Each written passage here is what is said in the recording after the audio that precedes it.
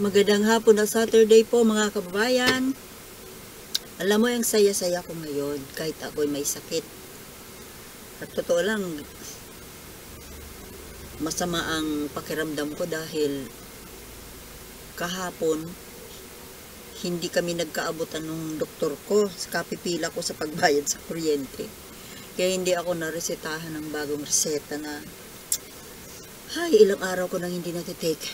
Anyway, at least masaya ako kasi alam nyo, nagpunta po dito sa lugar namin, sa probinsya namin, si Speaker Romualdez. Opo. Kasi nag-groundbreaking po sila dito sa napakabongga na project ng Pangulo natin, Pangulong BBM. I love you, BBM. I love you, oo.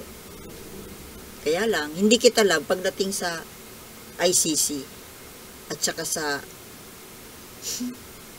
pag-tolerate mo sa pangungunsinti kay Sara Duterte. Doon hindi kita love. Pero sa ibang bagay, love na love kita. Lalo na dito sa natutuwa ako kahit ako masama ang pakiramdam ko. Kasi siyempre, groundbreaking pa lang, ibig sabihin mga ilang taon pa kaya ito ako mag-aantay para mag full operational itong itinatayo pa lang na minimum daw according to Congressman Garbin, local congressman namin dito ng Ako Bicol. Mga ilang taon ko ay abutin. Baka sana naman bago bumaba sa pwesto si PBBM before 2028, mag-operational ito. Baka hindi ko na mahintay. Diyos ko, matanda na ako. Baka hindi ko pa kinabangan. At least hindi na ako luluwas pa ng Maynila kasi mas gusto po namin kasi magpagamot sa PGH. Maganda doon, sa totoo lang maganda. Pero kung ito kumbaga may bagong, ang tawag dito sa bagong ospital na itinatayo, dito ito sa bale sa territory ng bayan namin sa Daraga. Yung dating Bicol Regional Training Center Hospital, yung BRTTH. Kasi napakalaki ng area niya. Dito po ginawa itong BRTTH. Actually, pinatayo pa ito dati ng mga Amerikano. Malit lang siyang ospital, provincial hospital kung tawagin namin noon. Pero ngayon actually mayroon na siyang bagong building na para sa cancer patients. Ngayon, may bagong tinatayo na. Kaya pala panay ang doon panay ang very busy doon. Actually, nandun ako kahapon. Napakalaki ng pundasyon. At sabi nga po ni Congressman Garbin, ito daw po ay sa umpisa 10 stories, 10-story building. Mataas na po yun para sa pang-probinsya. Tapos maaring dagdagan pa, mai-extend pa siya. Kasi minimum nga at least 10 stories Siguro sa umpisa 10 stories. At syempre, it will cover, I think, almost all of ailments. So ngayon, nakakatuwa po kasi dahil kahit nasabihin pa na itong Bicol region ay opposition territory, dahil ang nanalo po dito, ang kandidato dito ng majority na taga rito ay si Leni Robredo. Although ako talagang BBM ako. BBM ako. Hindi ko tinitingnan kung kababayan yan o kamag-anak o kaibigan. Ang sa akin ay yung kakayahan ng tao, yung puso ng tao. So ito nga po, bali itong ospital na ito ay tatawagin daw na Southern Luzon Medical Center. At ito daw po ang pinakamalaki sa Southern Luzon. Ibig sabihin, pag sinabing Southern Luzon, buong Bicol Region, plus part of Quezon Province. Part of Quezon Province, Southern Luzon. Biggest hospital, most modern hospital in Southern Luzon. Naku, napakaswerte ko po. Napakaswerte namin dito sa Albay, lalo na kami sa Daraga Albay, kasi nandito mismo sa amin yung building, yung hospital, na aside from calling it Southern Luzon Medical Center, ito po ay tatawagin pa rin Legacy Hospital. Legacy Hospital, pamana. At this is one of the projects ng Pangulong BBM na tatawagin niya ng Ospital ng Pangulo. Yes, Ospital ng Pangulo. So, ibig sabihin, magpapatayo siya ng mga hospitals sa iba-ibang parte, iba-ibang lugar sa buong Pilipinas. Yes, that will be nationwide project. Hindi lang dito sa amin. Medyo nauna lang dito sa amin. Siguro dahil, actually dito po sa Albay, ito po kasi ang pinakasentro ng Bicol Region. Itong Legazpi City, Albay. Kasi nasa gitna siya ng mapa ng Bicol Region eh. Lahat mga government offices, the best schools in Bicol Region ay nandito po sa Albay. Kaya marami po ditong mga Bicolano na from different provinces.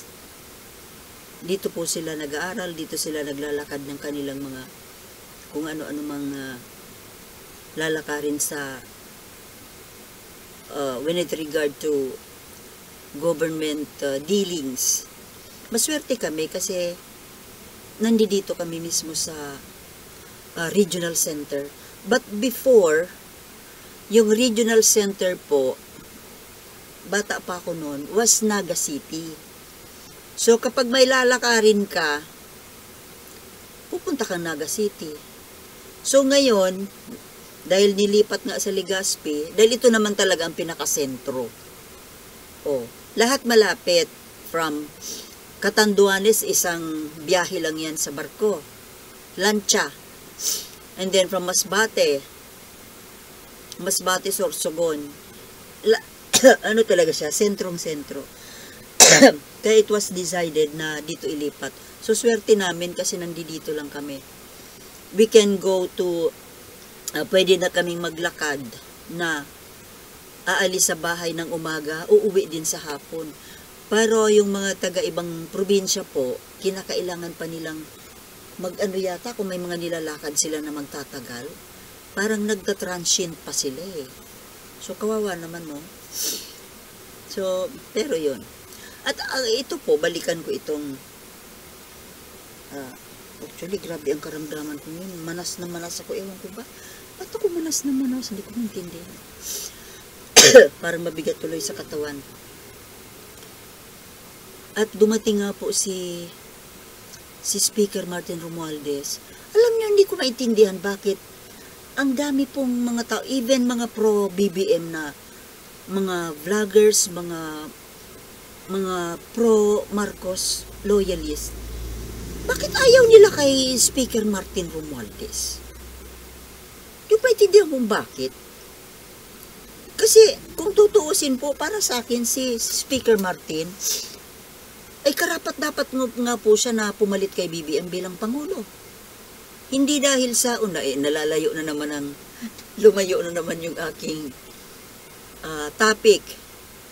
Kasi bukod po sa siya ay mabait siyang tao, edukado, formal,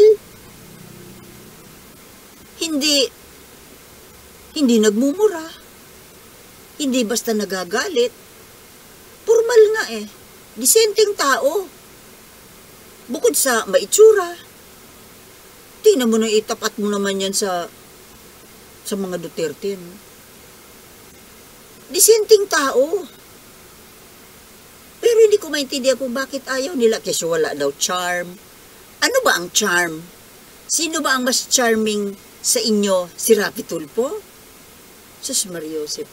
Yung mga kakandidato po ng presidential sa 2028, sige nga, pagtabi-tabihin nyo nga sila. Kung sino ang pinakang disente na tao. Yung si Rapi Tulfo, sige nga, itapat mo nga yan kay Martin Romualdez. Tingnan mo ang background niyan. Babaero. Tapos nang abandona ng pamilya. O ano ang charm dyan? Palamura, mapag-insulto, mayabang. O sige nga, ano ba ako? Nangangampanya ba ako? Natuwa lang ako kasi dumating dito si Speaker Martin. Oh. Disente siyang tao. Hindi siya kagaya kay Rapi Tulfo na ang pangit ng background, ang pangit ng demeanor. Oh. Si Speaker Martin Romualdez mabait din, kasing bait din ni ano yan. Medyo ito ang isang downside dyan, ano. Pareho rin siyang kabait ni PBBM. Baka naman pagdating ng oras kagaya rin siya ni PBBM na ang tawag dito sa amin yan, kahit anya subuan mo ng ipot, kakainin. Pangit po yung ganun. Sa isang leader, dapat ang isang leader kamay na bakal. Go ako sa may kamay na bakal. Mabait pero kamay na bakal, kagaya ni ano noon, dating Pangulong Marcos. The best talaga siya. Ngayon, so yun nga po, napag-usapan doon kanina na may magagandang project ang Pangulo dito sa probinsya namin. Papunta na nga sila yung convoy ng mga vloggers at mga supporters, mga na-invite doon. Pupunta sila doon sa isang barangay namin dito sa bayan namin ng Daraga, De La Paz daw. Mayroon daw doon magandang project, hindi ko pa alam kung ano. So, maganda po kasi itong lugar namin, maganda to Hindi lang masyadong naha-highlight. Pero ngayon, baka umpisa na to.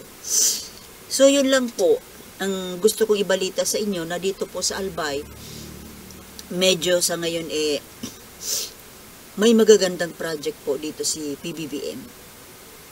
Pero syempre, natutuwa ako dahil para ito sa probinsya namin, hindi na ako pupunta pa ng Manila para magpagamot. Kailan kaya yun? Abutan ko pa kaya? Anyway, di bale, para sa mga taga dito sa amin, okay yan. Magkaroon kami dito ng napaka-modern na hospital. Tapos yung mga projects na makakatulong sa turismo at economy. Yan, maganda. Bravo PBBM. I love you. Dito sa ano na ito, sa subject na ito. Love you PBBM. Pero hangad ko rin po Pangulong BBM na magmatapang naman kayo. Huwag naman yung kahit na subuan ng ipot, okay lang. Okay, mga kababayan, congratulations para sa amin dito sa Albay, okay? Thank you po, mahal na Pangulong Ferdinand Marcos Jr. at Speaker Martin Romualdez. Thank you very much. Yan, mahalin po natin ang ating bayan dahil ito lamang ang nag-iisa nating tahanan. Thank you for watching and I'll see you in my next vlog. Okay? Peace.